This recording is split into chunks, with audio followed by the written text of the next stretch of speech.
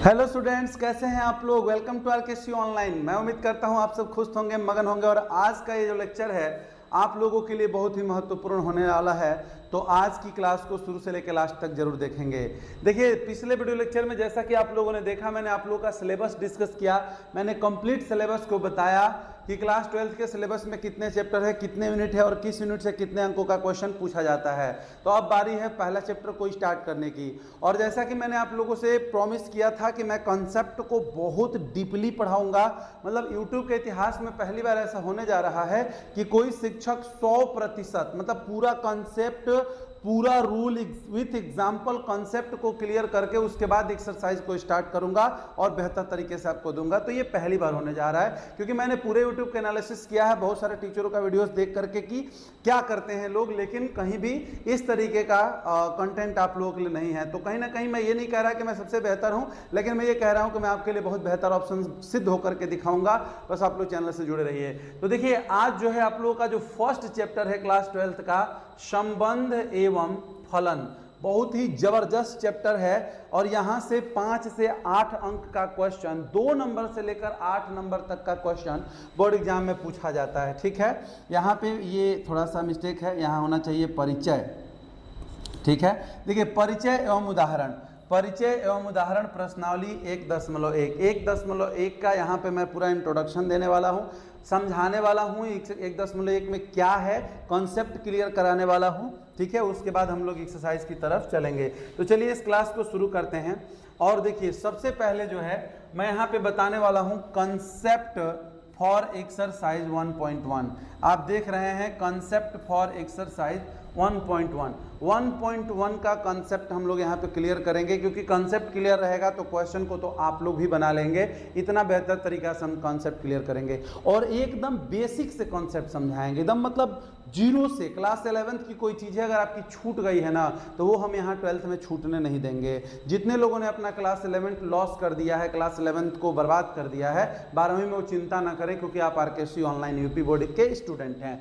आइए, सबसे पहली हेडिंग हम लोगों की होगी क्रमित युग्म, ऑर्डर पेयर। ठीक है, क्या होगा? क्रमित युग्म, ऑर्डर पेयर। देखिए, ऑर्डर पेयर क्या होता है? सामान्यतः समूचे के अवयव क्रम में परिवर्तन करने पर समूचय में कोई परिवर्तन नहीं होता है। जैसे आप लोगों ने 11th में सेट पढ़ा होगा, मान लीजिए सेट ए बराबर 1 2 लिखा गया है। ठीक है, सेट ए बराबर क्या लिखा गया है? 1 2 लिखा गया है। तो अगर हम इस सेट के अवयव को 2 और 1 लिख दें तो इससे कोई दिक्कत नहीं है, इससे कोई दिक्कत नहीं है। ठीक है, ए कामा बी में ए का प्रथम स्थान तथा बी का द्वितीय स्थान निर्धारित कर दिया जाए। ठीक है, यदि 2 अवयव वाले समूचे हैं हमारे पास, ए कामा बी, ए का प्रथम स्थान तथा बी का द्वितीय स्थान निर्धारित कर दिया जाए तो इस प्रकार निर्मित समूचे क्रमित युग्म कहलाता है, ऑर्डर पेयर कहलाता है। इसे ए कामा बी छोटे कोष्टक में लिखते हैं। देखिए, समूचे के अवयवों को सदैव मझले कोष्टक में लिखा जाता है और ऑर्डर पेयर को हम लोग किस में लिखते हैं? छोटे कोष्टक में लिखते हैं क्रमित युग्म को। ठीक है, ए कामा बी लिखते हैं और कभी भी ए कामा बी जो है वो बी कामा ए के बराबर नहीं हो सकता है। यानी कि अगर ऑर्डर पेयर है ए कामा बी तो वह बी कामा ए के बराबर नहीं होगा। यानी कि आप यहाँ पे कुल मिलाकर क्रमित युग्म क्या है तो समझिए कि अगर कोई समूचे है जिसमें 1 कामा 2 और 2 कामा 1 है तो ये दोनों बराबर ही है, लेकिन इसमें अवयव का स्थान फिक्स कर दिया जाए कि अगर ए के स्थान पे ए ही रहेगा और बी के स्थान पे बी ही रहेगा, स्थान नहीं बदल सकता है, तब इसको ऑर्डर पेयर का नाम दे दिया जाता है, क्रमित युग्म कह दिया जाता है और इसे छोटा कोष्टक में लिखते हैं। यानी अगर कोई order pair A comma B है तो वह बी कामा ए के बराबर नहीं हो सकता है, जबकि समूचे के साथ ऐसा नहीं है। तो इसको हम लोग क्रमित युग्म कहेंगे और छोटा कोष्टक में लिखेंगे। तो आई होप कि पहली चीज क्रमित युग्म, ऑर्डर पेयर आप लोगों का क्लियर हो गया, जो कि मैं इस कदर से डिफाइन करके डेफिनेशन दे करके समझा रहा हूं कि आप लोग बहुत बेहतर फेयर कॉपी बना सकते हैं और काफ़ी अच्छा 100 में 100 अंक लाने की तैयारी की तरफ हम आप लोगों को लेकर के चल रहे हैं। तो काफ़ी अच्छे तरीके से कॉपी बनाइए, ईमानदारी से पढ़िए और एक एक चीज़ों को क्लियर कीजिए। अब देखिए, दूसरा हेडिंग है हम लोगों का समुच्चयों का कार्तीय गुणन, जो कि आप लोगों ने Cartesian product of sets class 11th में पढ़ा होगा। कार्टेशियन प्रोडक्ट ऑफ सेट्स आप लोगों ने क्लास 11th में पढ़ा होगा।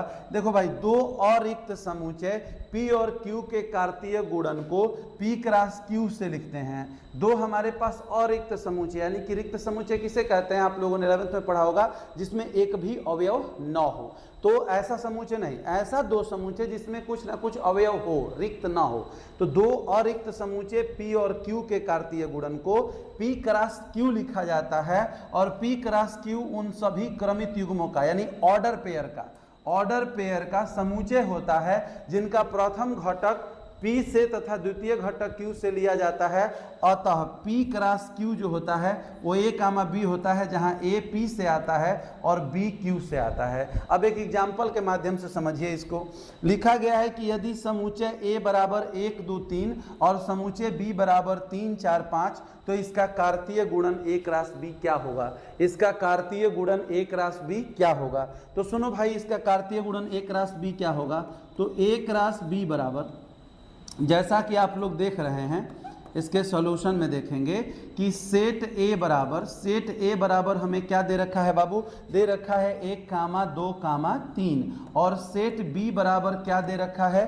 तो दे रखा है 3 कामा 4 कामा 5। तो आइए, बहुत ही आसान बात है, दो समुच्चयों का कार्तीय गुणन। ठीक है, दो समुच्चयों का कार्तीय गुणन क्या होता है?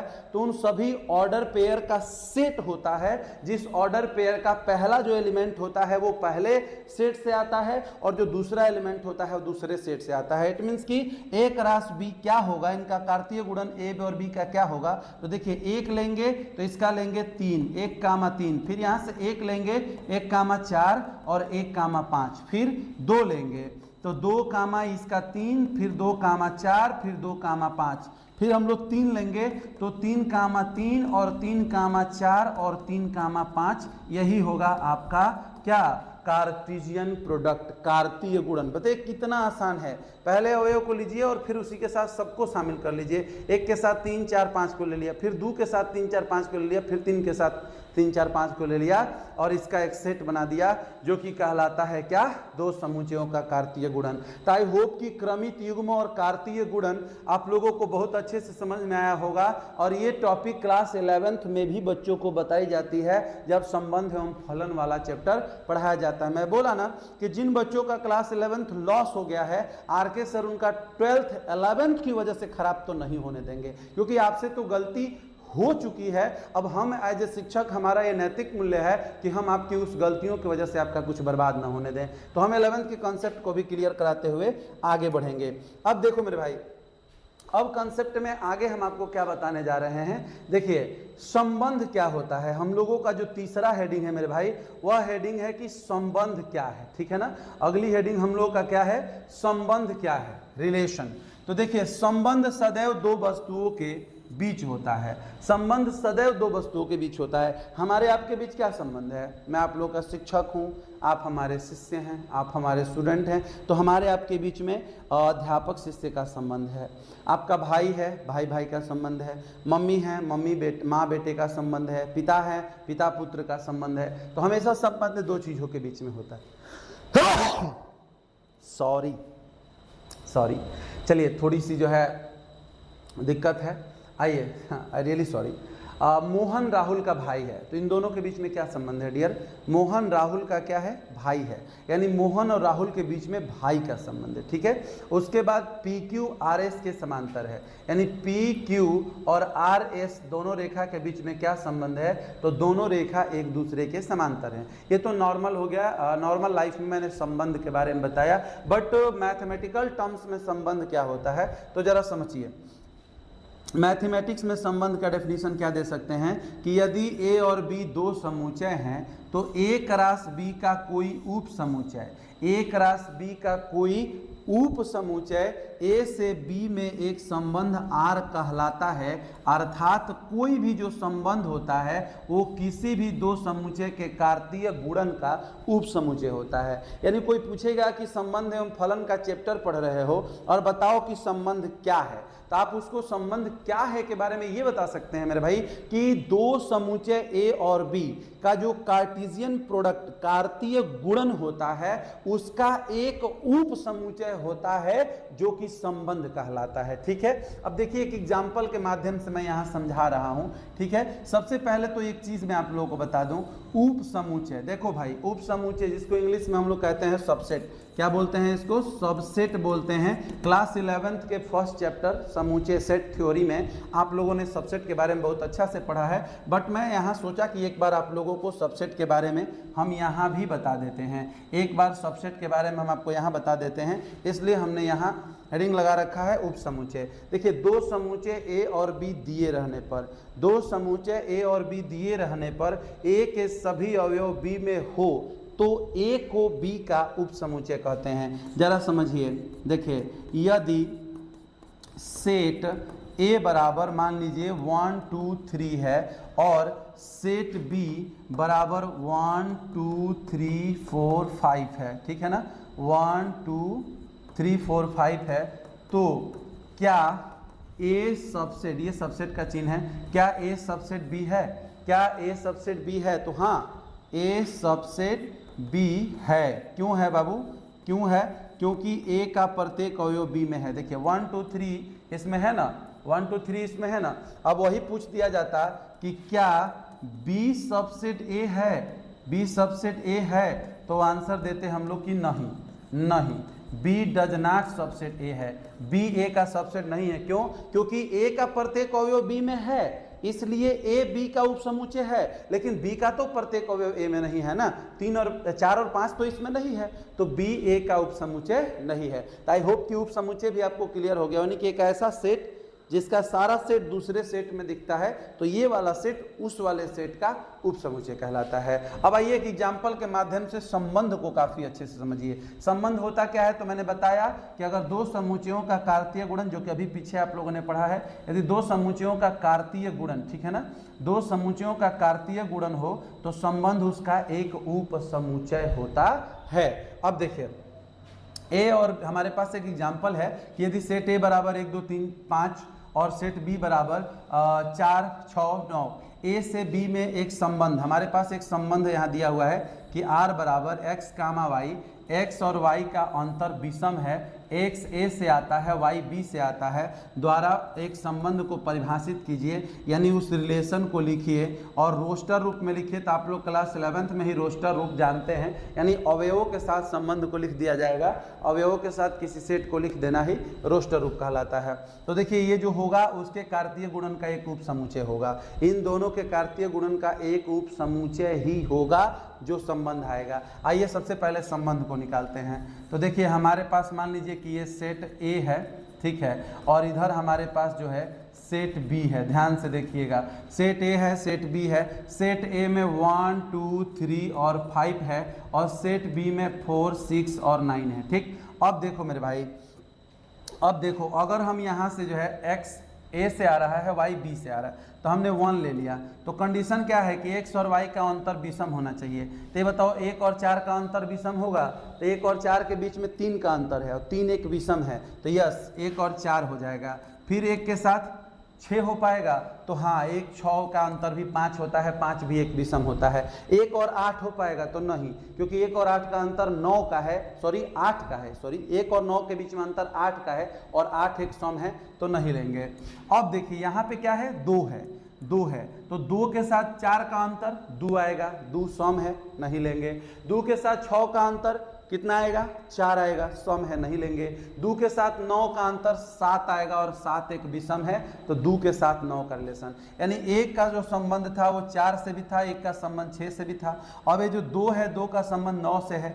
अब हम लोग अगर 3 लेते हैं तो 3 और 4 का अंतर 1 आएगा, तो बिल्कुल लिया जा सकता है, 3 और 4 लिया जा सकता है, ठीक है। और फिर उसके बाद 3 के साथ 6, तो 3 और 6 भी ले सकते हैं, क्योंकि 3 और 6 के बीच में अंतर 3 का है, 3 एक विषम संख्या है। और 3 और 9 नहीं ले सकते हैं, क्योंकि 3 और 9 का अंतर 6 आएगा और 6 एक सम संख्या है। अब क्या ले सकते हैं? 5 और 4, तो बिल्कुल 5 और 4 भी ले सकते हैं। 5 और 6, तो 5 और 6 भी ले सकते हैं, क्योंकि अंतर 1 आएगा, यहाँ अंतर, सॉरी 5 और 4, हाँ 1 अंतर आएगा, और 5 और 6 में भी 1 का अंतर है, ठीक है। अब 5 और 9 नहीं ले सकते हैं, क्यों 5 और 9 नहीं ले सकते हैं? क्योंकि 5 और 9 का अंतर कितना आ जाएगा मेरे भाई? 4 आ जाएगा जो कि सम हो जाएगा। तो 5 का संबंध हम 4 से दिखा सकते हैं और 5 का संबंध 6 से दिखा सकते हैं। ठीक है, अब जरा देखिए मैंने आपको क्या बताया था। मैंने आपको बताया था कि जो संबंध होता है वो समुच्चयों के कार्तीय गुणन का उप समुच्चय होता है। जरा इन समुच्चयों का कार्तीय गुणन करो तो बाबू, अभी आपने पीछे सीखा ना कि 1 × b कैसे निकालते हैं। क्या लेंगे हम लोग? 1 लेंगे, तो 1 के साथ 4, 1 के साथ 6, फिर 1 के साथ 9। ठीक है, फिर 2 के साथ 4, 2 के साथ 6, 2 के साथ 9, फिर 3 के साथ 4, 3 के साथ 6, 3 के साथ 9, फिर जो है 5 के साथ 4, 5 के साथ 6 और 5 के साथ 9। ये हो गया इसका कार्टेशियन प्रोडक्ट। अब क्या है बाबू, देखो तो ये इसका उप समुच्चय है कि नहीं है। तो उप समुच्चय अभी आपने क्या पढ़ा कि ए का प्रत्येक अवयव बी में रहता है तो कहलाता है कि ए बी का उप समुच्चय है, कहलाता है ना। तो चलो इसका देखो तो इसका प्रत्येक अवयव इसमें है कि नहीं है। 1, 4 भी है, 1, 6 भी है, 2, 9 भी है, 3, 4 भी है, 3, 6 भी है, 5, 4 भी है, 5, 6 भी है। तो इसका प्रत्येक अवयव 1 × b में है। तो क्या R जो है वो 1 × b का उप समुच्चय है कि नहीं है ना। तो यहाँ क्लियर हो गया कि संबंध क्या होता है। कोई पूछेगा संबंध क्या होता है तो आप बताएंगे कि दो समुच्चय ए और बी के कार्तीय गुणन का जो उप समुच्चय, एक उप समुच्चय ही संबंध होता है। तो संबंध किसे कहते हैं ये मैंने आपको व्यवहारिक जीवन में भी बताया और मैथमेटिकल टर्म्स में भी बताया। और उप समुच्चय क्या होता है ये क्लास 11th की टॉपिक है जो कि मैंने यहाँ आपको समझाना उचित समझा। अब यहाँ देखिए एक नोट पॉइंट लिखा हुआ है कि यदि समुच्चय ए का कोई अवयव ए समुच्चय बी के किसी अवयव बी के साथ संबंधित है तो A comma B belongs to R लिखा जाता है। जैसे मान लीजिए कि 1, 4 था, ए का ए है और बी का 4 है, 1, 4। तो 1, 4 अगर आर में है तो ए कामा बी, ठीक है ना, 1, 4 बिलोंग्स टू आर लिखेंगे। और ए और बी अगर नहीं है उसमें तो A comma B does not belongs to R लिखा जाता है। ठीक है, मैंने कोई ऑर्डर पेयर अगर किसी समुच्चय में है तो बिलोंग्स टू लिखेंगे। बिलोंग्स टू का मतलब होता है कि संबंध रखता है, ठीक है ना। और अगर वो समुच्चय मतलब समुच्चय में वो ऑर्डर पेयर नहीं है तो डज नॉट बिलोंग्स टू लिखेंगे। तो आई होप कि संबंध क्या होता है ये भी आप लोगों का क्लियर हो गया। अब देखिए, अब संबंध का जो है, अब यहाँ पे हम आप लोगों को बताएंगे संबंध का, ठीक है ना बाबू, संबंध का प्रांत क्या होता है, परिसर क्या होता है, सहप्रांत क्या होता है। संबंध का प्रांत, ठीक है, जिसको इंग्लिश में रेंज कहते हैं, परिसर जिसको इंग्लिश में डोमेन कहते हैं, और सहप्रांत जिसको कोडोमेन कहा जाता है। तो किसी भी रिलेशन का डोमेन, ठीक है, रेंज, कोडोमेन क्या होता है, रेंज क्या होता है, डोमेन क्या होता है, कोडोमेन क्या होता है, ये चीज़ें अब जानेंगे। तो देखिए सबसे पहले प्रांत, डोमेन क्या होता है, किसी भी रिलेशन का डोमेन क्या होता है, प्रांत क्या होता है। तो संबंध आर को व्यक्त करने वाले सभी संभावित क्रमित युग्म, माने आर को व्यक्त करने वाले जितने भी ऑर्डर पेयर होंगे, ठीक है, उनके प्रथम अवयवों का जो समुच्चय हम लोग बनाएंगे वह संबंध आर का क्या कहलाएगा, प्रांत कहलाएगा। क्या कहलाएगा, प्रांत कहलाएगा। फिर परिसर क्या होता है, तो संबंध आर के सभी संभावित क्रमित युग्म का द्वितीय अवयव का जो समुच्चय होगा वो संबंध आर का कहलाएगा परिसर। अभी एक छोटे से एग्जांपल से मैं इसे इसको क्लियर कर दूंगा।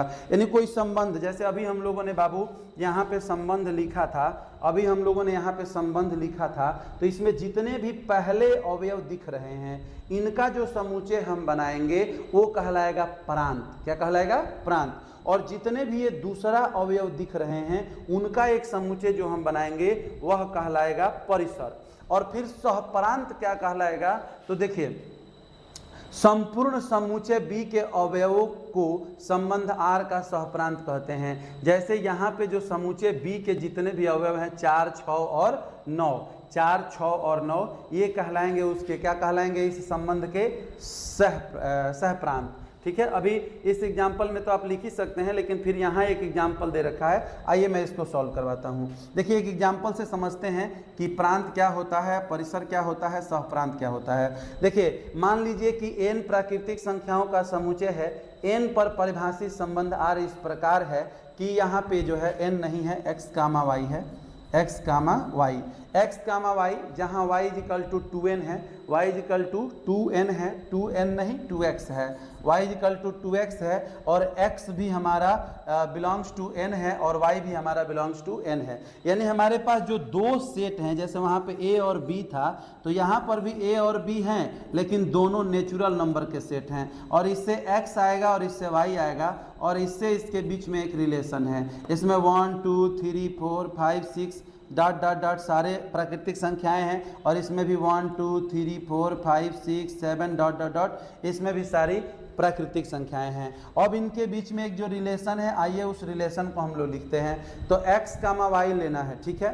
तो देखो बाबू, अगर x का मान हम लोग 1 लेते हैं, x का मान क्या लेते हैं 1, तो बोला है कि x का दुगुना है y, यानी कि 1 का दुगुना कितना होगा 2, यानी 1 का जो संबंध है वो किससे है 2 से, ठीक है। 1 का जो संबंध है वो 2 से है।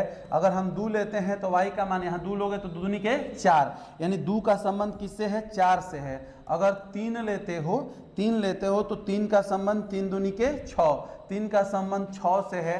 4 लेते हैं तो 8 हो जाएगा, 5 लेते हैं तो 10 हो जाएगा, 6 लेते हैं तो 12 हो जाएगा, dot dot dot dot dot dot dot ऐसे ही चलता रहेगा। ये हमारा क्या है भाई रिलेशन, ये हमारा क्या है रिलेशन है, संबंध है। अब ये संबंध जब हमने बना लिया तो इसका हम एक एक चीज निकालेंगे। सबसे पहले क्या निकालेंगे प्रांत, क्या निकालेंगे प्रांत। तो जो पहले अवयवों का सेट होगा वो प्रांत होगा।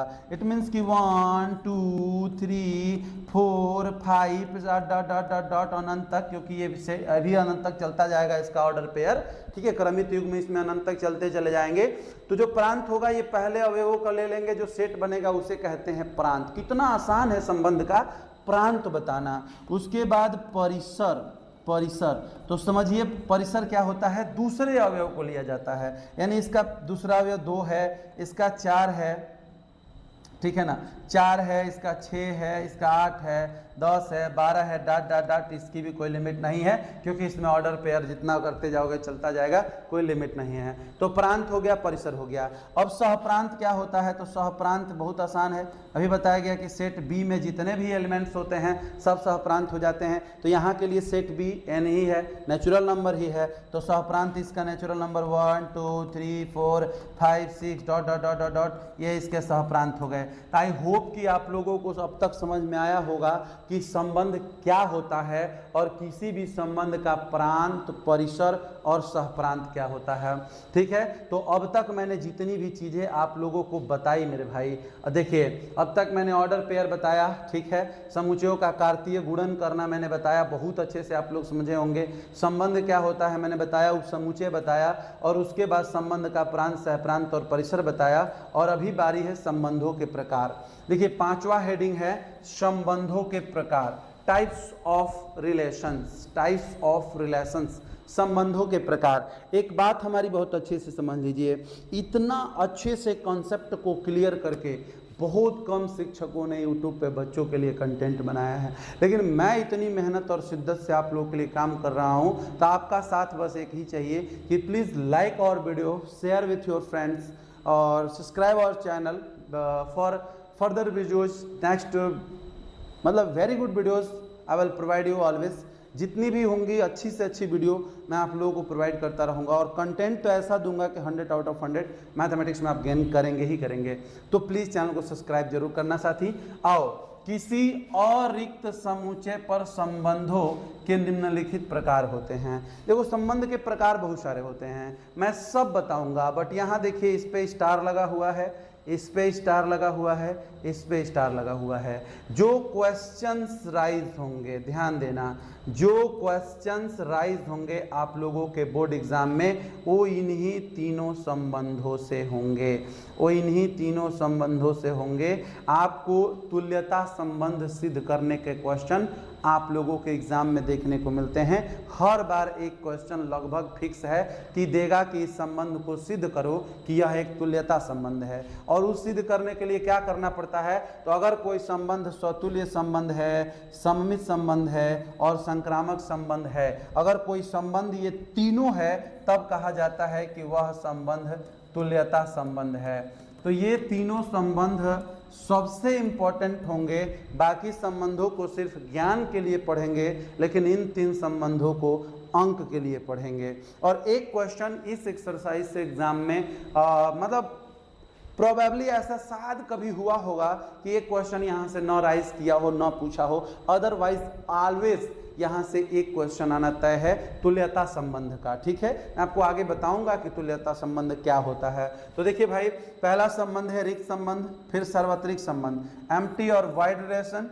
ठीक है, और सार्वत्रिक संबंध यूनिवर्सल रिलेशन, तत्समक संबंध, आइडेंटिटी रिलेशन, सौतुल्य संबंध, रिफ्लेक्सिव रिलेशन, सम्मित संबंध, सिमेट्रिक रिलेशन, प्रतिसम्मित संबंध, एंटी सिमेट्रिक रिलेशन और संक्रामक संबंध, ट्रांजिटिव रिलेशन। ये सारे रिलेशंस के बारे में तो मैं आप लोगों को डिटेल में बताने वाला हूं।